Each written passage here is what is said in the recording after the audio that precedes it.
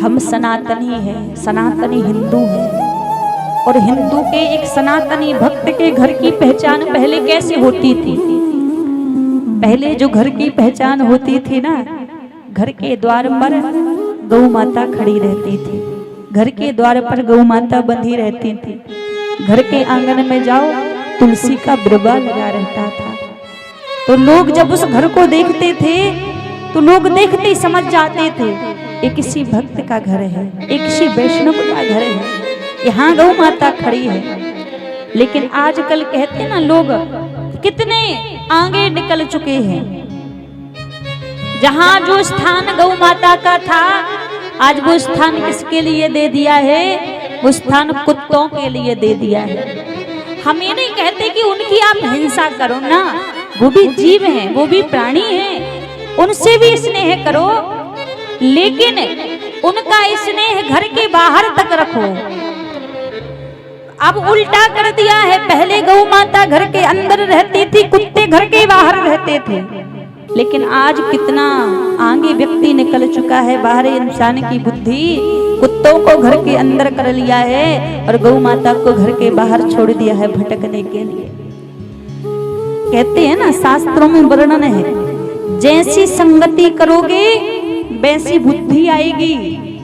गौ माता के शरीर में 33 कोटि देवी देवता निवास करते हैं। शास्त्रों में तो ये तक कहा है कोई व्यक्ति कभी पूजा ना करे, कभी पाठ ना करे, कभी भजन ना करे, यदि वो नियम संयम से गौ माता की सेवा करता है तो उसको गोलोक धाम का निवास मिलता है। वो सीधा भगवान के धाम गोलोक धाम जाता है, क्योंकि उसने एक साथ में एक गौ माता की भी यदि जिसने सेवा कर ली तो एक साथ में उसने 33 कोटि देवी देवताओं की सेवा कर ली। आज जब घर में कुत्तों को रखोगे तो जैसी संगति करोगे बुद्धि भी वैसी बनेगी।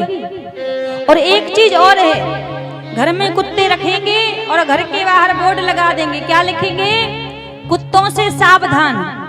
हालांकि घर में रहते इंसान हैं, ऐसा नहीं कि घर में कुत्ती कुत्ती रहते, इंसान रहते हैं, पर बोर्ड लगा के लिख देंगे कुत्तों से सावधान। कहाँ गई आपकी सनातनी? आपके संस्कार कहाँ गए? 28 प्रकार के नरकों का वर्णन है भागवत जी में, और 28 प्रकार के नरकों में जो सबसे पहला नरक पड़ता है जिसका नाम है बैतरणी नदी, जो पहला नरक पड़ता है। और बैतरणी नदी में होता क्या है, जब कोई पुण्यात्मा व्यक्ति जाता है ना तो वही बैतरणी नदी गंगा की तरह शीतल होकर बहने लगती है। और वो पुण्यात्मा व्यक्ति जाएगा जिसने गौ माता की सेवा की होगी तो उस नदी के किनारे उसको गौ माता खड़ी मिलती है। वो गाय की पूंछ को पकड़कर उस बैतरणी नदी को पार कर जाता है। और जब कोई पापी दुष्टी व्यक्ति जाता है तो वही बैतरणी नदी तेल की तरह मल मूत्र उसमें भरा रहता है और तेल की तरह, गरम तेल की तरह खोलने लगती है, उबलने लगती है वो नदी। और जिसने गौ माता की सेवा नहीं करी रहती, जब वो नदी पार करता है तो बार बार उस नदी में डूबता है, बार बार डूबता है, चिल्लाता है, रोता है, इतना कष्ट होता है, इतनी पीड़ा होती है, लेकिन प्राण नहीं निकलते। क्यों? क्योंकि प्राण तो एक बार निकल चुके हैं, अब तो बचा है तो केवल कर्मों का हिसाब। इसलिए हर एक व्यक्ति को गौ माता की सेवा करनी चाहिए।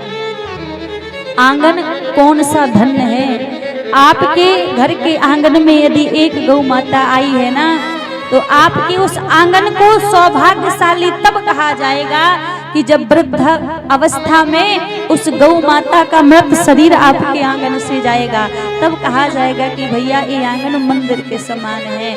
आपने जीवित रहते अंतिम श्वास तक अपने घर के आंगन में गौ माता की यदि सेवा की होगी तो आपका घर मंदिर के समान बताया जाएगा।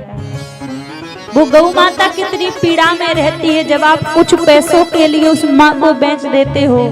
वो कसाई ले जाके 7-8 दिन उसको भूखा रखते हैं, गौ माता को खाना पीना कुछ नहीं देते, उल्टा लटका देते हैं उस गौ माता को। फिर वो रोती है, चिल्लाती है कि कोई मेरा एक बेटा आ जाए, कोई मेरी एक संतान आ जाए जो मुझे यहाँ से बचा ले।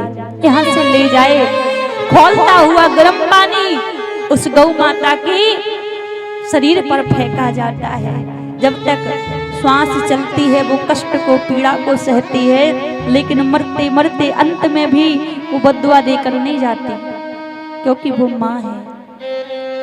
लेकिन इतना जरूर कहती है कि मैंने आपका क्या बिगाड़ा था, मैंने तो अच्छा ही किया है। आपको जन्म देने वाली माँ कब तक दूध पिलाती है? जब तक मुख में दांत ना आए। दांत आ जाए तो जन्म देने वाली माँ कहती है तू बड़ा हो गया है, अब दूध पीना बंद कर दे, दूध नहीं पिलाती।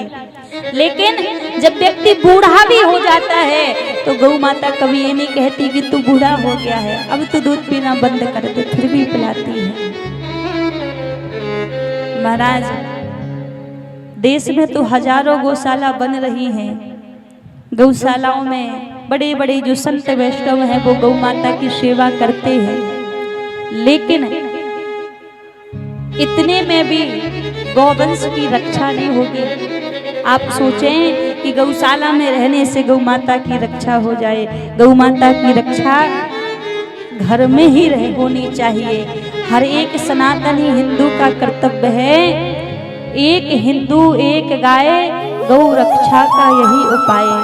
हर एक सनातनी के घर में जितना आपसे हो सके 1-2 गाय तो हर सनातनी के घर में होनी चाहिए। वो मर जाए, गाय आपकी चौखट पर, आपके द्वार पे बूढ़ी होके, पर कभी भी 2 पैसों के लालच में कसाई के हाथों में वो गाय नहीं सौंपनी चाहिए।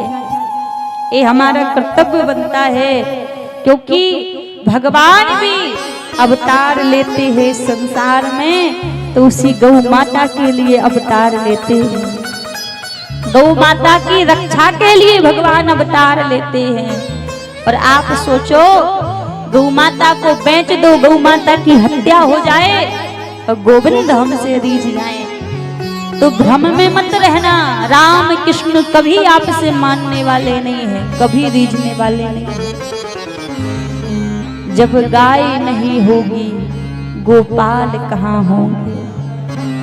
जब गाय माता ही नहीं रहेगी तो भगवान कैसे आ जाएंगे फिर आपके पास? कैसे प्रभु अवतार लेंगे?